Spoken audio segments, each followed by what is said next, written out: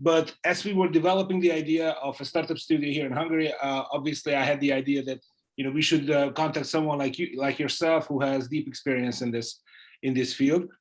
And yeah. Okay.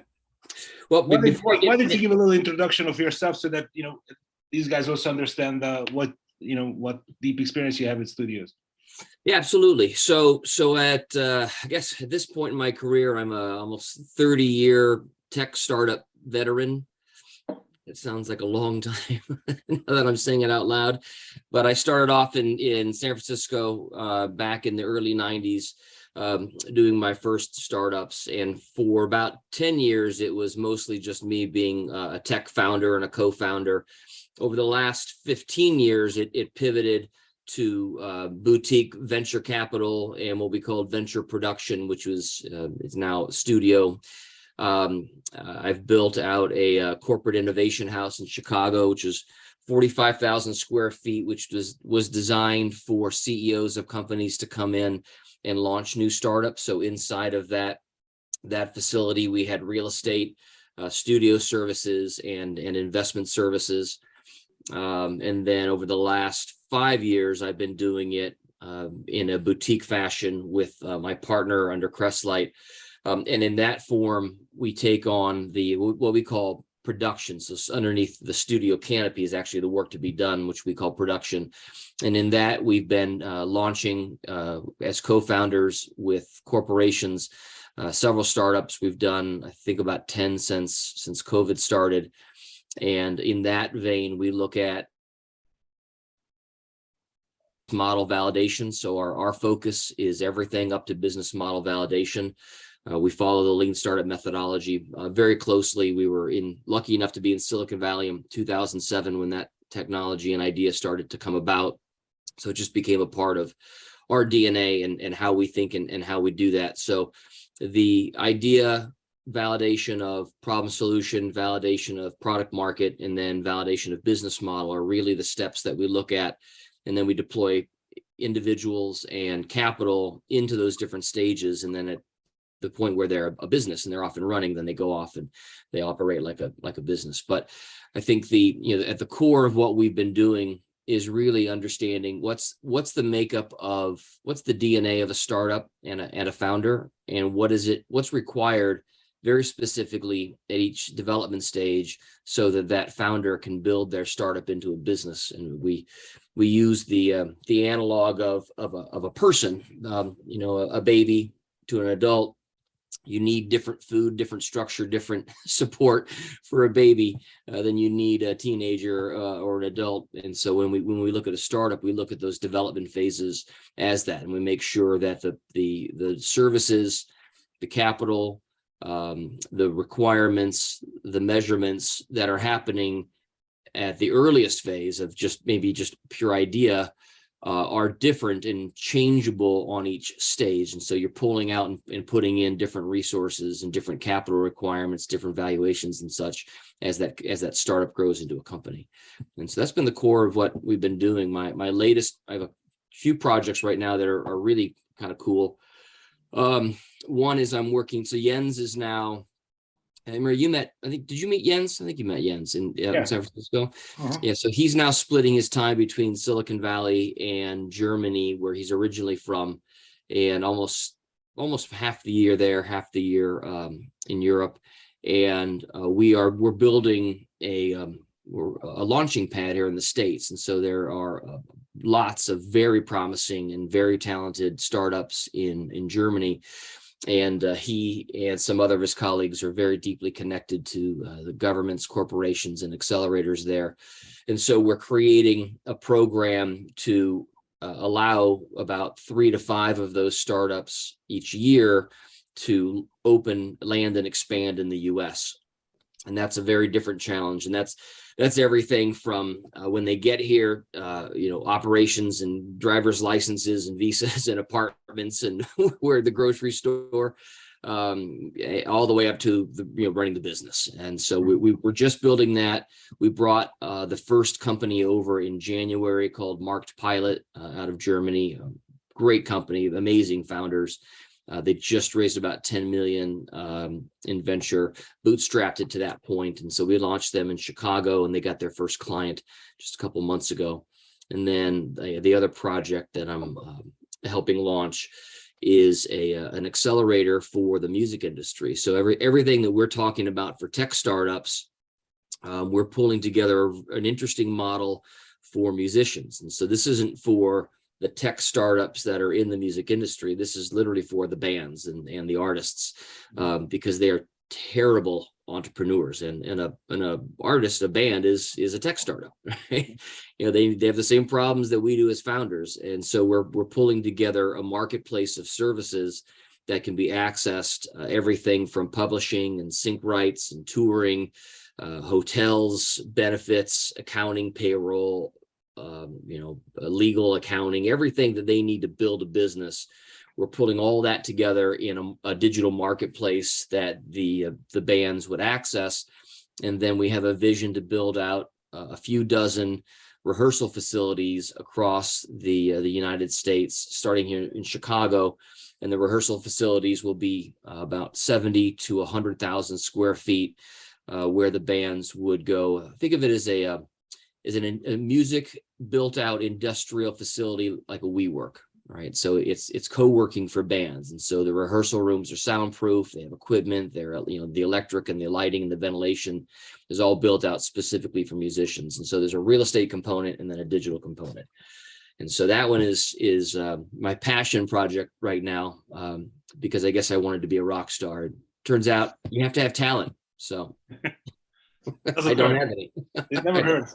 But okay, so just to stick with this example, so what do you do for this company? You are obviously I would say the senior entrepreneur on the team, yeah, who's already knows the ropes. I mean, how do you work with the young and, in this case, less entrepreneurial team?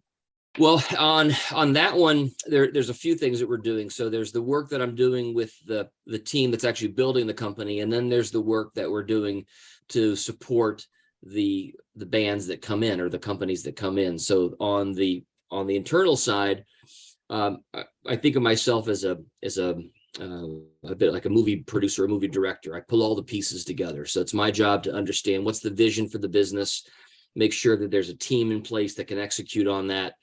Right now, well, we just got finished through the cap table development, the advisor board of directors and founding team, all of their equity and the capital structure behind that, the fundraising, the strategy behind the fundraising, all of the documents required to do that. And then the next step up is the product development. So I'm organizing the local talent to come in to actually build out the technology. On the other side of it, it's a little more difficult, because the services that we are going to deploy have to be somewhat autonomous. We can't handhold every single company that comes in. So there's a mentoring software that we're going to license, and we anticipate having hundreds of established musicians and industry people as mentors, kind of like a Techstars does with their mentoring program, but digitize that so it's not one-to-one matching. It's all done within the software. And so mentors can sign up for certain topics that they're experts in, and then the individuals in the bands can get matched. For example, let's say a drummer is looking to change the sound, right? And they just need a different sound, and they're not sure how to do that. They may be connected with an experienced recording engineer or a drummer to give them advice on that. So I'm developing the relationship between that company, licensing the technology, hiring the team to integrate that technology so that it becomes white labeled for the company. So organizing everything, so that, like a director in a movie, making sure that all the pieces are happening. And most importantly, and this is a very subtle piece, but it's, I think, the most critical piece, it's the staging of what needs to happen at what time. Startups, in my experience, are a lot like baking, not cooking. In cooking, you can be off and you can just throw whatever spices in there and maybe it turns out well. But in baking, if you don't do it in the right sequence in the right time, it's not going to become a cake. Mm-hmm. And startups, you have to sequence things in the right order and the right time, because a lot of that will depend on money. And if you don't have the right capital and you're not deploying that in the right time for the right reasons, you will run out of money. And worse, you'll get yourself way down a path that you could take months to figure out that you went down the wrong path. And then you got to go back to the beginning, and now you're out of money. So sequencing and what step to take is a big part of what I do with all of the founders. And that's a challenge if you're working with founders that don't have that experience, either as a tech founder or understands lean startup. A lot of people read business books and are businessmen or business people, and they think they know how. But again, startup is not a small, it's not a small company. It's a completely different entity. And so you can't be if you can run a multi-million-dollar company, that doesn't mean you can run a startup. So a lot of consulting up front and a lot of heart-to-heart talks about what's real and what's not are also a big part of what I'm doing with these founders. So a lot of consulting, a lot of hands-on later on. And what's your vision? 6 months, 12 months? Are you out of the company, and you go on to a next company and you hand it over to the CEO?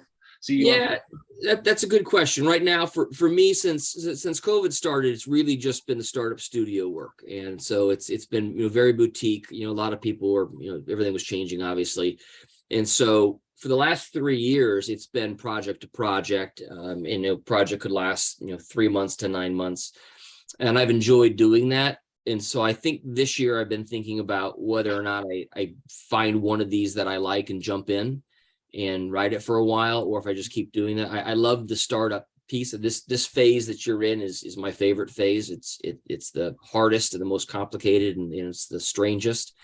And for whatever reason, that's what I like being there, where it's hard. I maybe should have been an accountant, so I like this stage. And so I think at this point, what I'm probably going to do is just keep finding startups and organizations to help launch. And this thing with Germany is another good example. Once I get that set up, I'm not going to run that in the US. I'll hire a local team to be the landing team, but I'll create the methodologies, all of the partnerships, the business model. Jens is handling recruiting of the startups in Germany with the venture capitalists and the startup there. So I'll probably extract myself from that. So how does the studio meet new startups? So what's the first encounter? Yeah, so the funnel. From two different perspectives, the Salt Flats, which was the innovation house in Chicago, that target audience was a corporate CEO. And so our funnel there started with the corporate executives, and that it could have been a board member, it could have been the CEO, sometimes the CFO, but an officer of the business. And then the idea generation actually happened as part of our process, where we would work with their teams in a very cross-functional way. So we would pull individuals from all across the company and bring them in. And we had a methodology called, it was a collective intelligence workshop. It took about 2 days. And we would run through a methodology to extract interesting opportunities in the market. And then we would prioritize those. And then those would be the pipeline for startups. And then each idea, which really was just a statement, right? 3D printing for construction parts, something very broad like that. Those would get prioritized, and then that would go into a process where you took the idea, you started to distill it into some problem statements, then you would distill that into experiments, and then that slowly would build into a startup. So the sourcing of startup ideas on that side was from the company. On the other side, which is probably more akin to what you're doing, the stuff we're doing in Germany, we're building a very direct pipeline with the government has a few accelerators. The German, actually, I think it's called the German Accelerator is one. There's a founders forum, which comes out of a university, several venture capital funds, and some corporations. And so Jens and his colleague there, Oliver Hanisch, Oliver's been in actually both Jens and Oliver have been connected to that ecosystem, much like you guys have, for decades. Mm-hmm. And so the sourcing is formalizing the relationships the accelerators, the VCs, the corporations, and formalizing those to say, we have a program now to take all of the startups that you're seeing, prioritize those into 3 or 5 that we think are ready to go, and then bringing them over to the US. And so the pipeline there is driven by the groundwork with accelerators, venture capitalists, corporations. Okay, so what is the determining factor in your decision when you pick those 3 to 5 companies? Are you looking at the founders, or are you looking at the concept, the idea? Yeah, that's a really good question. And so this is the answer is very specific to this program. And so in this case, it is a company that already has the business model validated. And so there's, with Marked Pilot, for example, they were already at 2 million euros. They had, I don't know, maybe 30 employees already. They had 50 clients. And so from my definition, they were already a company, which is, and I'm not sure how startups look in Hungary, but in Germany, what they call a startup, I call a company, right? And they bootstrap it, right? So they don't raise money. It's, it's fantastic. It's usually very good technology, amazing, brilliant minds, and they bootstrap this thing to, 1 million or 2 million euros. And so our criteria there is, you have recurring revenue, you have clients, you have an established product, you have an operational structure. So there's HR and operations and legal and accounting, because once we get them here, you're going to rely on that foundation to help launch in the US. And so the requirement for that launch program is pretty strict, right? It's not like when we were doing the Crestlight Venture Studio stuff in Silicon Valley. It was, so long as you had a couple of founders and maybe a prototype and maybe a pilot, it was really, really early stuff. Yeah. Because the model there was, we will bring a team in methodology to take you 2 guys and turn you into a company. Yeah, I think that's exactly what we are driving at, because for us also, a 30-person company is a company by a long shot. And the Hungarian ecosystem and the Hungarian startups are definitely a lot less developed. And a studio in Hungary that we are considering would look at very early stage companies where there are 3 founders, maybe some hazy ideas about what they want to do. So maybe we should just roll back the time to the Crestlight times. Yeah. How you interacted with those founders, and what kind of glasses did you have on when you? Yeah. So that one we had what was it? It was I think we had 65 different weighted questions that we looked at, and I called it the equity acquisition system. Equity acquisition. It was our way of, before we make an investment and buy some equity in this company, there were 65 questions that we were looking at that spanned everything from just the fundamental structure of the business. Is it a C corporation? Is there any debt? What's the funding structure been? Who are the founders? Why are they uniquely positioned to win at this particular thing that they're doing? We looked at product, we looked at stage of development. And so I could probably even dig it up, but it was 65 points. And then we weighted each question based on how important we thought that was. And so things like, if the startup had technology, for example. So there's really there's 2 kinds of technology. There's a pure science, where you've invented something that never existed before, and then there's integration, and you're just putting something together in some new clever way that's never been done. Science is more protectable, right? So if you've created some algorithm, you're a PhD in something, and you've got some mathematical way of approaching some problem, that is weighted heavier than integration, because theoretically, if you've just pulled something together, then you could prove it, the next guy could go do the same thing, and it's really difficult to protect that. And so we would weight those questions higher or lower. If the founder came from a university with a strong tech or engineering or angel investment background, then that would be higher. So University of Illinois, Stanford, Wharton, Harvard, Madison, Wisconsin, so, those types of universities have very strong tech support. And so the founders could reach out to alumni and other people and get more support. So we would weigh that a little bit higher. So it started with that. And I created that because I tend to make decisions more emotional than scientific, and Jens is the opposite. So he's very mathematical and engineering minded and far less emotional, and so we balance each other out. But I tended to fall in love with the founders, right? Because I'm very passionate about it and I want them to win, and so I would be looking at these. He's a great guy, yeah, let's help him out.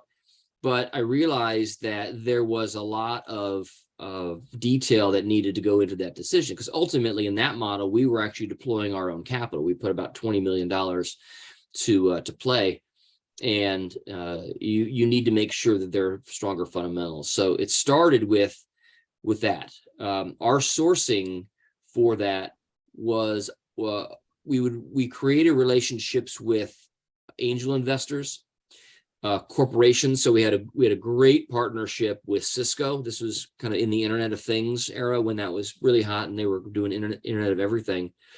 And so we had really strong relationships with Intel and Cisco and NVIDIA, which looking back were the best sources of startups, because they were such high-tech companies that the best and the brightest were seeking those companies out to become partners. And so, and those companies would very rarely invest at the earliest stages. So they loved partnering with us because they'd say, hey, I just met these three guys. If they do what they say they're going to do, it's going to be amazing. But, it's probably a year away. So you guys take them, invest in them, build them up, and then bring them back, and we'll partner with them and we'll be their client or their acquisition partner.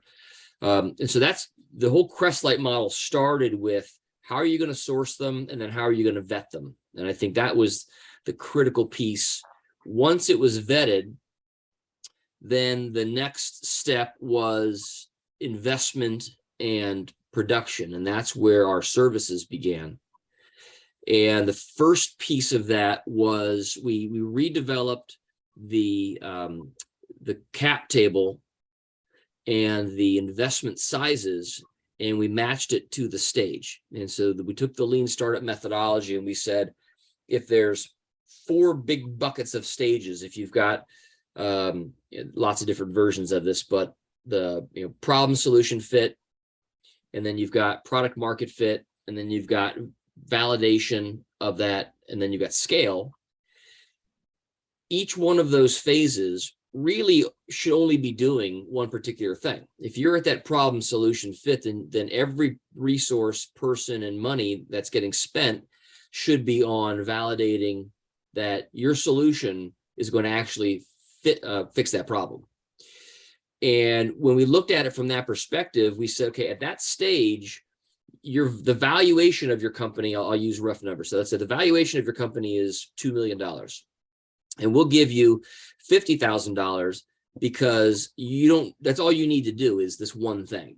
Because I need $500,000 and we're this, like none of that stuff matters, right? You're way down the line. It's all theoretical. None of it's proven. If I give you $500,000 now, you'll blow it.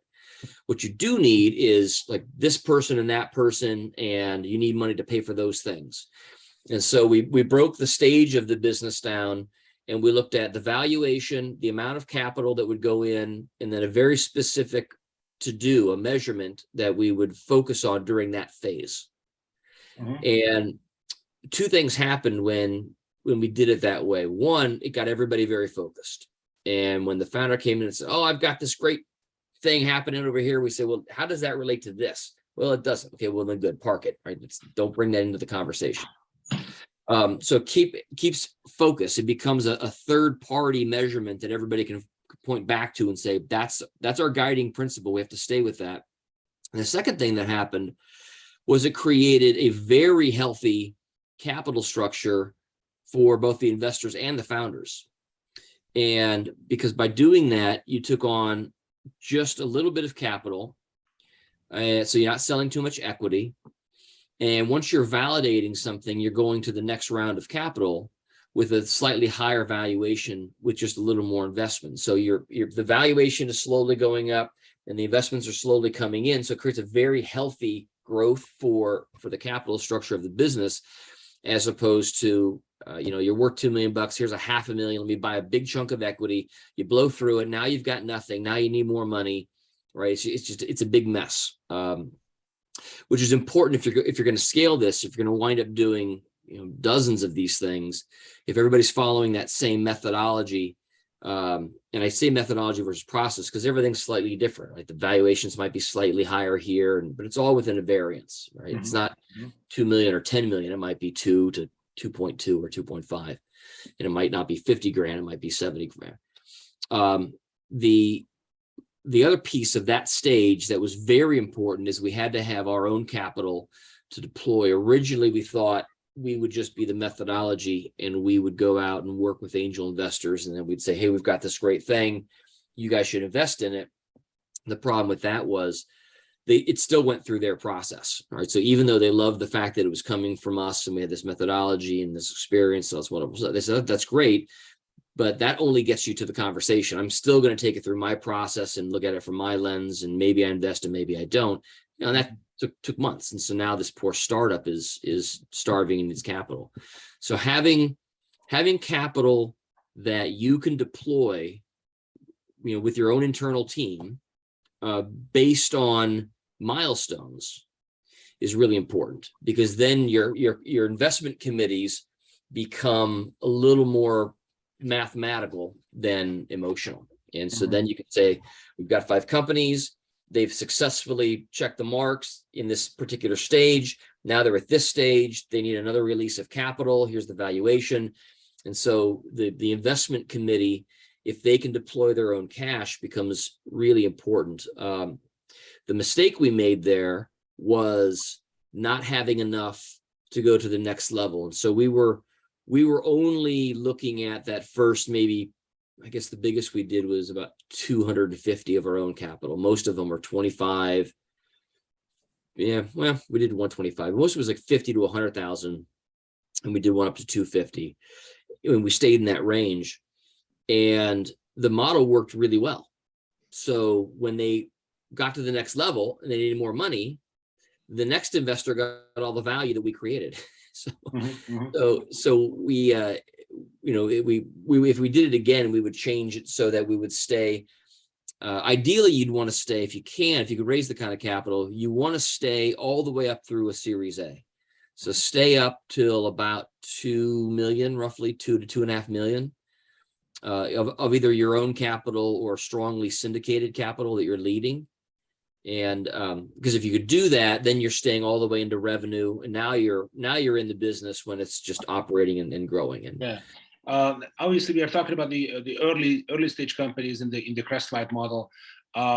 If I remember correctly, to our Silicon Valley conversations, I had the impression that for these companies in the early days, you called the shots. So you were basically leading the company up until a point. Yeah, we were, and so it was. This kind of goes back to the director analog. We had the leverage to call the shots because it was our money and our methodology and our network. We didn't really have any legal right to do that. Right, the founder could have said, "Go pound sand," and we don't want to listen to you. So there was a trust relationship that was there, but this was also a part of that. There was a section in those 65 questions which dealt with the founders, and are they reasonable? Are they fair? Do they listen? Can they learn? Are they arrogant? Do they know everything? And so we would vet based on a founder having an open mind to be humble enough to say, I want your help. And so I will listen to what you have to say. And so because we had that pre-vetted up front, when we got into the investment, I would actually sit down with the founders for a few days and create this development plan based on the methodology that I explained. And so they were listening to us from every category: business development, business model, the financial structure of the business, operations and back end, sometimes technology development, although Technology, because we required them to have a strong technology component, was really just Jens coming in as an experienced technologist to say, you need, think of the roadmap from this perspective, think of IP creation, think of IP protection. So he was really coming in more as a mentor and a guidance to that. But we did have, it was important that we led the focus on which steps would be taken. But ultimately, obviously the founding team had to do the work. We were there just to, like as a director, right? The actor still got to make, the lighting guy still has to do what he does, and the sound guy still has to do what he does. Yeah. But it's the director that's there. So look, this is what I need. This is what I want it to be. Now you guys go and be experts in what you do. Yeah. You talked about your internal people. I mean, are these people were these people involved in production? Were they dedicated to a team, or they worked on multiple teams simultaneously? Well, so we had both. So there was an internal team, a small internal team of, I think we had 5 people, and that was operational stuff. Billing, paperwork. Sometimes some working side by side with the founders to develop whatever they needed to develop. That was mostly operational internal things. On the jumping into the business, on the business development and technology and IP side, we had a series of partnerships and essentially entrepreneurs in residence. And so we had a strong team. We had, I think it was about 10 other founders, kind of like Jens and I, that didn't want a job, didn't want to angel invest. And so they wanted to be where we were. They wanted to be in the middle of the action, but they didn't want to angel invest on their own. They didn't want to go get a job or start a startup. And so these were venture producers that were 1099 contractors to us. And they got paid both on a monthly basis, very small stuff, $2,500 or $3,000. And they would do that across 2 or 3 companies. So they make $6,000 or $10,000 a month, but you never wanted to burden any one business. Mm-hmm. And then as the core of the production model was advisor equity, kind of like an accelerator might take 2 or 3 or 4 points in the business as the fee for the accelerator. So we would do the same, and we would have anywhere between 1% to 5% of in trade for the services. And so that would go into a pool, and the producers that were working on that startup would get a piece of that as it became liquid. And so there was a little bit of cash. There was a centralized pool of equity to incent everybody to do the work. And that worked really well. So you were able to find founders that wanted to help. And that it actually scaled pretty well too, because at least in Silicon Valley there were a lot of people like that. I don't know if that's something that would work in other places, but it was a mix of internal on-staff team, very small team, operational, and then an experienced team of founders that were working with us in the companies. Very interesting. Let me open it up to the others, so that it's not only me asking questions. Balint, Gabor, Yotzi, Elvin. Well, just for my side, I'm really curious. What's the limit for the team members? Because basically, that's maybe in just my mind, but the studio models work really well with a small team. But with a big team, I don't know how it's work. Maybe there is like 6 people or 5 people limit. What's the limit for that? Yeah, the short answer is I don't know what the limit is, because we never scaled it beyond about 10 a year. So I don't know. I would guess that we were very hands-on, and so the boutique aspect of what we were doing worked really well with the size that we were looking at.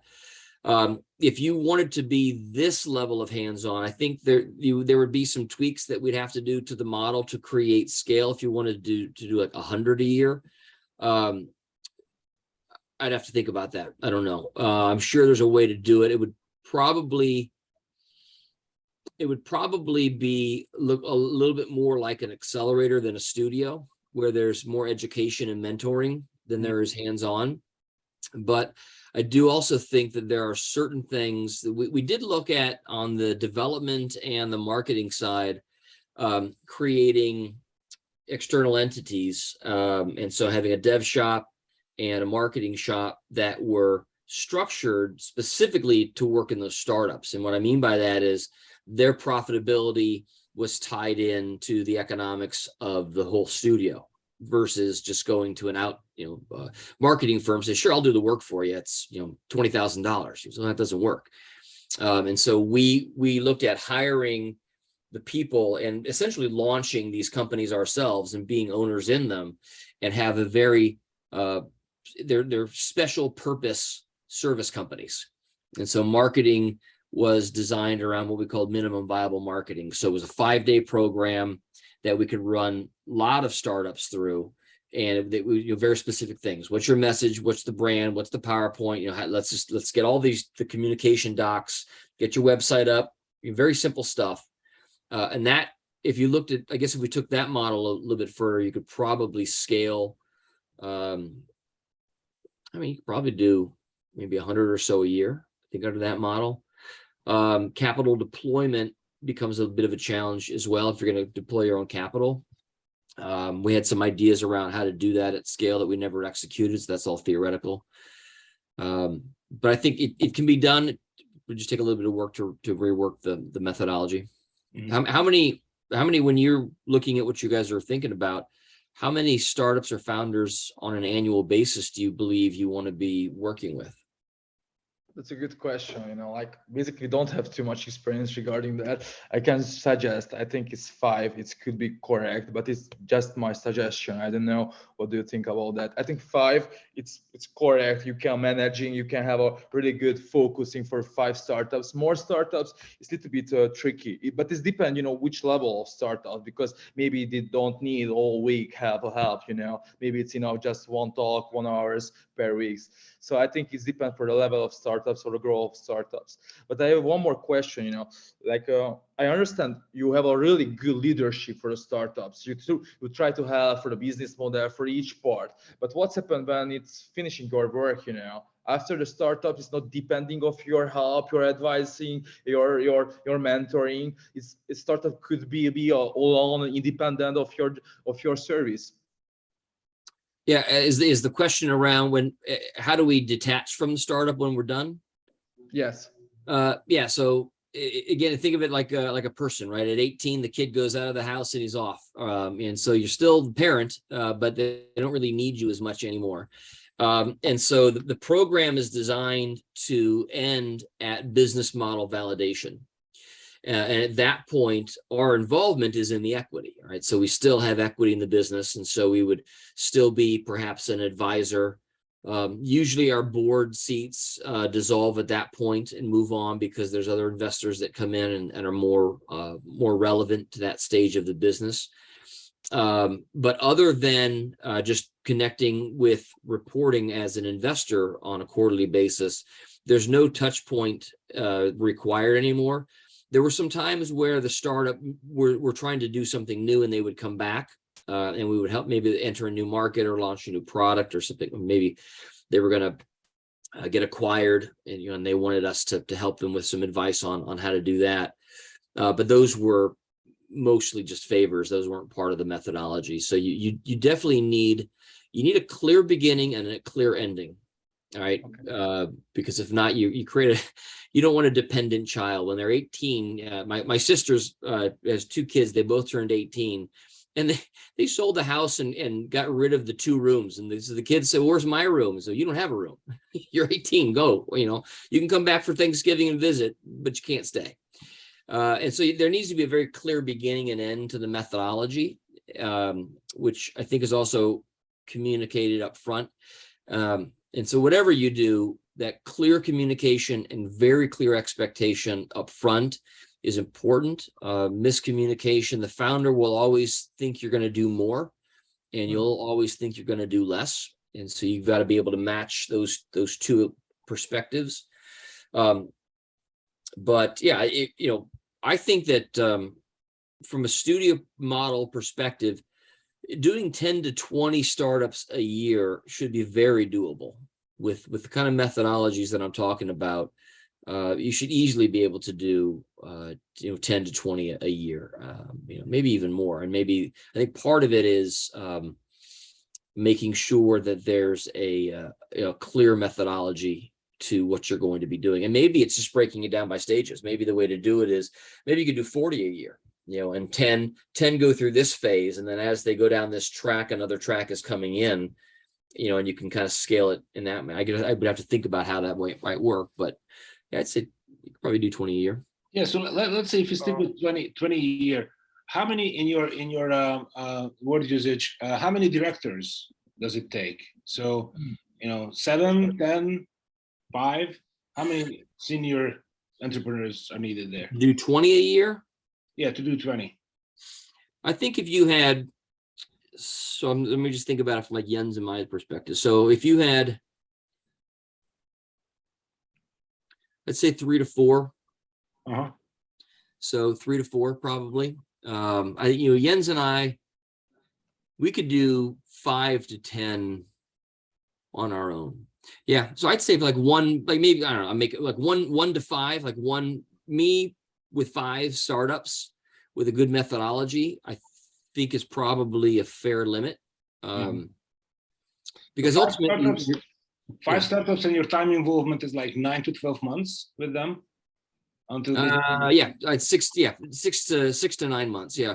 12 to 18 months is about the amount of time that it really should take a tech startup to get to the validation point.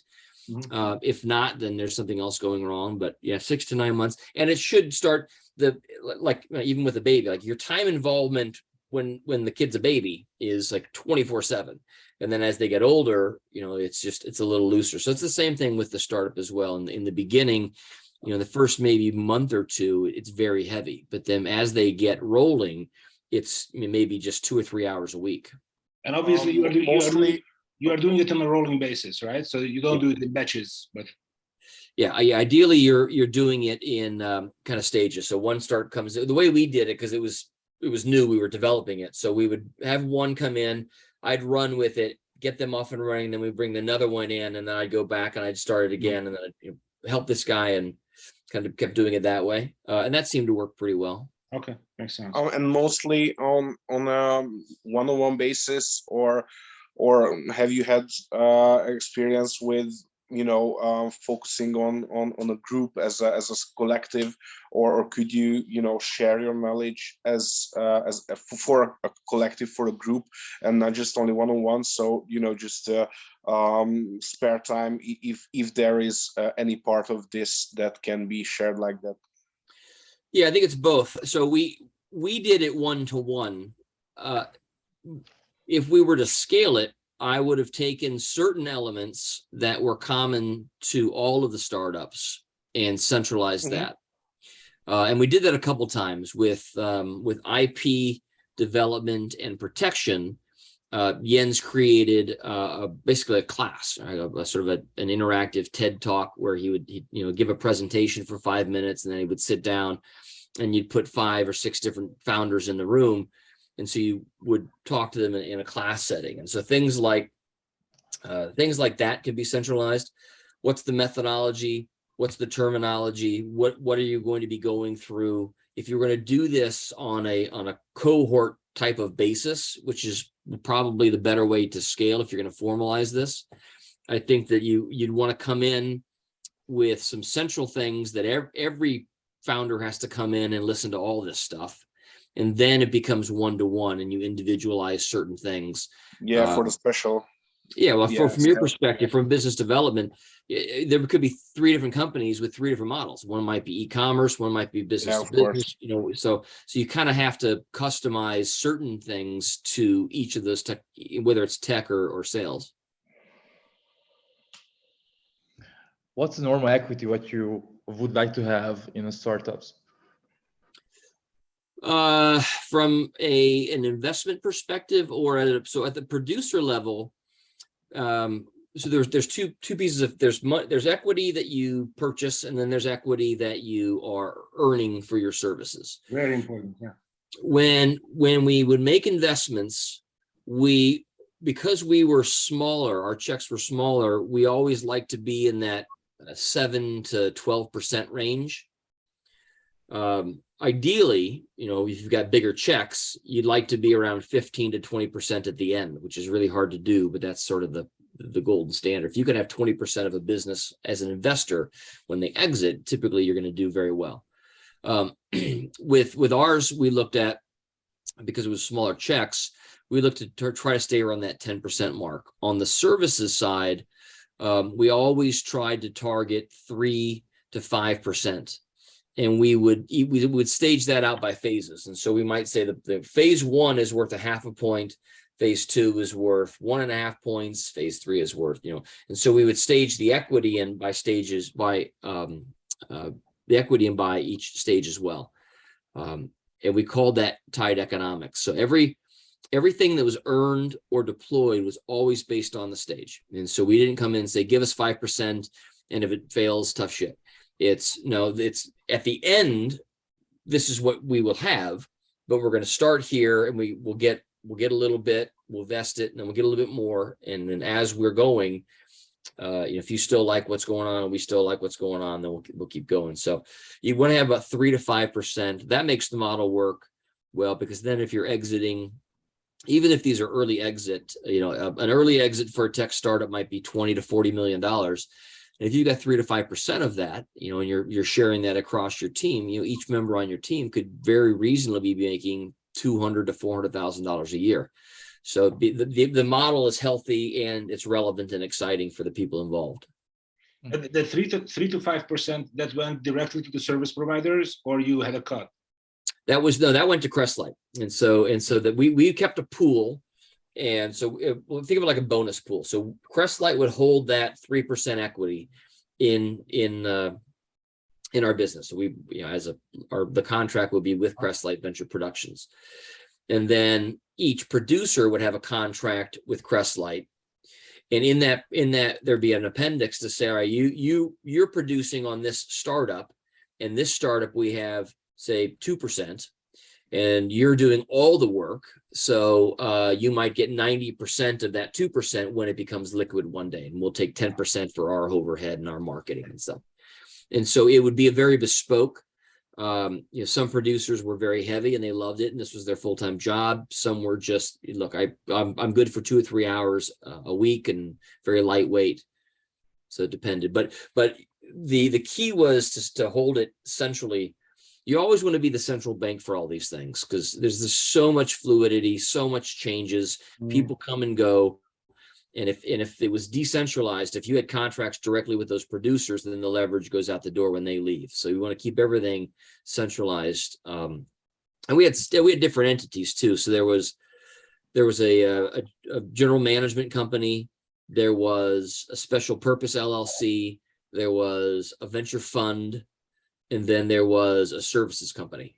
And so from an accounting perspective, we separated out that so that you weren't blending all of the funds.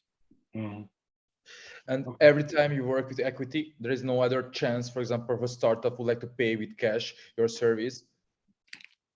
It was always equity and cash. And so part of the investment, let's say we're going to deploy $50,000. Likely what would happen is we would deploy 60,000 and 50 would go to the company, or all 60 would go to the company, but then the company would retain Crestlight services for $10,000. And so we would fund that part of the transaction, but it would still be coming back to Crestlight as cash. And so our model was both, we had an investment in the business, we had consulting service fees that were coming back from the business, and we had equity. And so it was all three pieces. Thanks. Yeah, and you the reason you need that is a venture fund, even if you're making 2% on a management fee, you need to have 20 million minimum just to have barely enough to hire one managing director and pay for your legal and accounting. So there's just no money. We, at a much smaller fund size, there was no way that our management fee was ever going to pay for other people. And so by changing the model back to the startup actually paying for the services, it created a different cash flow that worked very well. And it also gave the startup the reality that these guys are not just venture capitalists. We're actually paying them as a service provider, as a consultant, and I expect to have, some money coming back. Which is also, I'll note, that's important in your branding, because there were times where people, they didn't listen to any of the other stuff we were saying. They said, just give me the money. And we said, well, we're not a venture capital fund. That's a piece of what we do, but that's not, why we're here. And if they think that you're just a venture capitalist, then they'll expect that these services are free. And that expectation needs to be set very clearly up front. When we spoke in Silicon Valley, you mentioned a really astronomical success ratio. I mean, did that maintain? What is your final? Yeah, it was very successful. And so we had within the fund, I think there was 19 different startups and investments that we did, and only 3 of them shut down. The rest of them were either operating, acquired, or one of them actually went public. And the success isn't just in the return that came back. The success was also in when not to continue funding. Right? You think about it from venture capital's perspective. You're on the board, you see this guy once a month or so, and of course, in the boardroom, every chart goes up and to the right, right? Everything's wonderful, everything's great. That seems okay. I believe you, I guess. But when you're operating in the business, right, I would actually go to the sales calls. And what the founder heard was, I just got $1 million deal. What I heard was, he's kind of interested. He's not the buyer. He'll connect you to some other guy who might be interested, and that'll happen in 2 months. Yeah. There's a big difference between reality check. Yeah. And so in a scenario like that, we were able to make investment decisions based on real feedback from the market. The technology is working. The technology is not working. The business model is right. The business model is not right. This is a client. This isn't a client. And so in one scenario, we simply said, we deployed $25,000. We went out there to do problem solution fit. Your thing does not solve a problem that anybody cares about. We're not putting any more money in. All right. So success happens really on both sides. Success is what not to invest in. And then the other side of it is you're a little quicker to valuation. So all of the values of the businesses that kept running from a mark to market perspective were up in the 10 to 15x, if you just look at the spreadsheet and the mark to market equity value, our value would shoot up much higher in a much shorter period of time, because they were getting to those stage quicker. And they can actually say, I'm now worth 10 or $20 million because I have this client, I have this technology, I have this market fit. And so it was success. Look at success from both sides, both the actual return, what's coming back, and what not to spend. And I'll say on the what's coming back side, we were in one scenario, we were able to convince the founders that the most likely outcome for you, and probably the best outcome here, is to just take an early exit, right? Mm-hmm. Don't go raise $5 million.